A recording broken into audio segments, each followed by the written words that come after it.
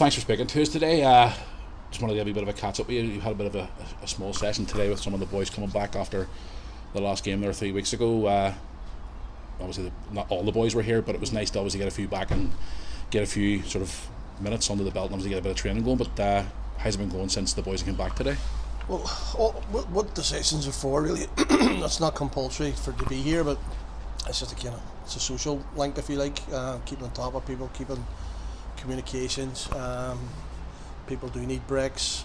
People at this time of year as well in the close season like a bit of football. Still they like a kick a ball, so that's what it is. It's non-contact, it's a bit of routine with the play, as you've seen some passing movements, etc. So it was good. Boys turned up, done a good shift, got a bit of leg work done, so it's beneficial for everybody, myself included. You made a few announcement there the other week about Matthew Ferguson re-signing. Wanted to get your thoughts on that. Obviously, I'm sure he was one of your boys that you wanted to sort of nail down for another season with us, because we spoke to Matthew 2 weeks ago and he's happy to be here. Wanted to obviously get your thoughts on it, because Matthew was a key player for us last year. Most definitely. He's one of the top strikers in the championship. He's proven. He's come back from 2 bad injuries, and fair play to him, credit to him. Club's done brilliant for him, Johnny Cummins in particular. But Matthew came in and he was super since I've been in. Scored good goals, key goals, important goals, and we think he's got more to come. So that was a plan to help him improve, and hopefully then with the format we've had and what he's brought to the table amongst other players, that we can get a good run going, and hopefully we can build a team around the likes of Matthew and etc. Now with the season obviously over, you're looking at the squad and what places you obviously want to improve in next season. I mean, sure there's a few out there that you have your eye on. We've announced today there that Lewis Patterson's come in from Crusaders on a permanent signing, which is great news for us, because Lewis was a key player. Obviously a couple of injuries last season, but it was good to have him on the books again as well. Was there any particular position that you're looking at for next season to improve in, or is it just an overall look across the whole board to see where we can improve? Well, we've got good players in key areas. We probably just need to beef up the squad a bit in terms of numbers. We always like doubling up in positions. Now at the minute we're fairly well covered. I would like to freshen up. It's always a way. I'd like a bit more experience, maybe a bit more understanding of the championship. But with players identified, whether or not we get them or not is right, or is key, sorry. But Patterson was excellent. We like Patterson. He's only 20. We think there's a lot more to come from him. He's a good kid, unassuming.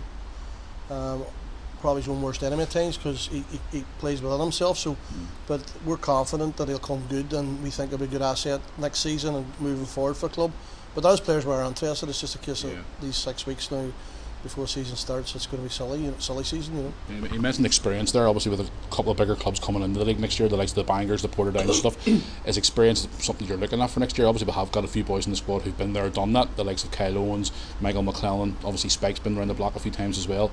Chopper's been there too as well. Is that another thing you're looking at, maybe a couple more experienced heads in the squad? Well, more experience is important, but we've got experience, as you rightly say there, with them players that you mentioned, but we've also looked at young hungry players, players who want to do well, want to achieve.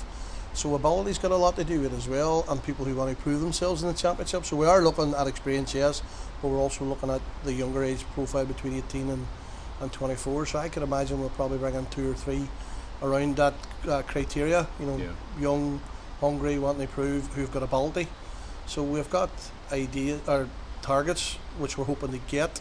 But I would say we could have at least 5 or 6 new additions come the first league game. Yeah, and obviously with now the academies there being as well, and we've just had a trial today for the 16s. There's an 18 squad there, the 21s who just won the league there. Well, they're section A of their league the other night there, which I'll get your thoughts on just a second. It's an hour option for you too as well, isn't it? That's another great headache to have, an hour option. Well, that's why you do youth programmes, is they provide opportunities for players. So obviously, Mark's done a good job bringing in the likes of Jack Kinner last year, and Jack's now come on the first team. Kyle Flynn's made some appearances for the first team. Kyle McGuigan as well. So there's been players come up, and that's what the 21s is for. And obviously now you want that conveyor belt from the 16s moving to the 18s, and the 18s moving to 21s, and then not everybody's going to get in the first team, so they have to set high standards, and that's where we're at the minute. Now the standard was good last year, that they've won that league. They probably wanted a decanter as well, but there is a significant jump from the 21s and the first team, so it's just bridging that gap.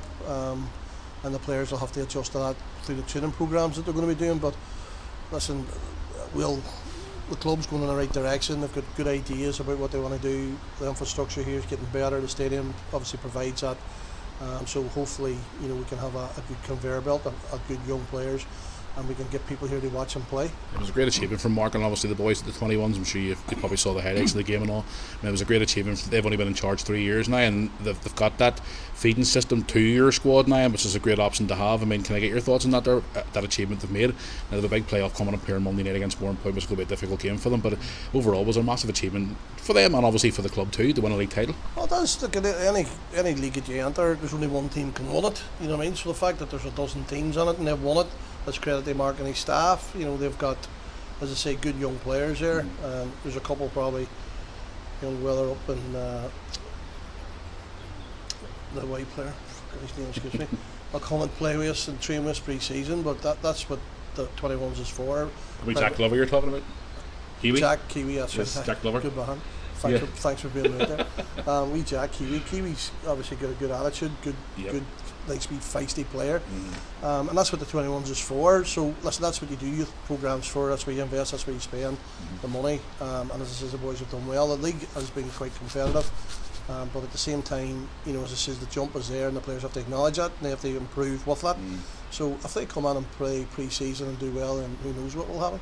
I mean, now this season obviously will be round the corner in no time. I mean, it's going to be a tough season this year with bigger clubs, as just touched on a few minutes ago, with the likes of the Bangors, the Porterdowns and stuff, and then whether it be Knockbreda or Ballymacaise in the league next year, it's going to be another tough season. We've talked about this all season last year at the Championship's a competitive league.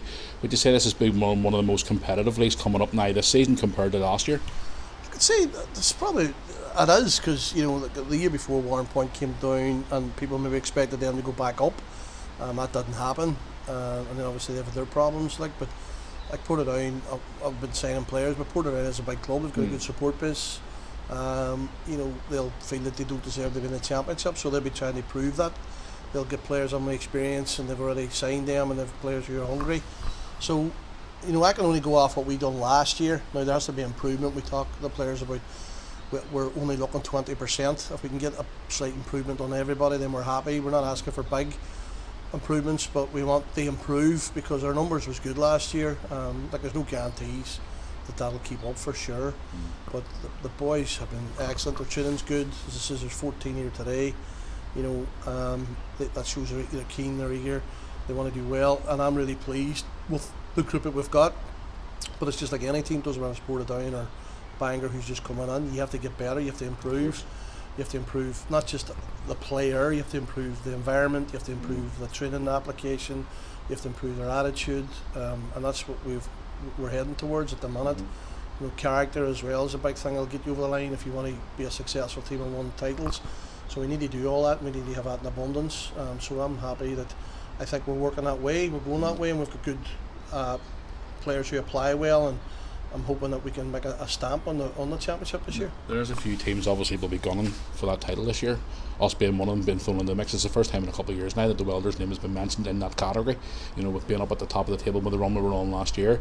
Does that put any added pressure on you and the backroom team? Obviously going into this season, people thinking, is the Welders going to be up there around this challenge for the title this year? Is there any added pressure to you in the backroom team? That's what's expected, to be honest with you. It's, as it says, there's a different dynamic for sure, because before, when we were struggling, people came and maybe disrespected the team, and that was an advantage to us because then we capitalised on that. But that won't happen this year. They will be respectful, and we started to see that towards the tail end anyway, where teams were definitely going at it differently and they were more determined in performances. So we have to raise that. I've asked the team and the players to do that.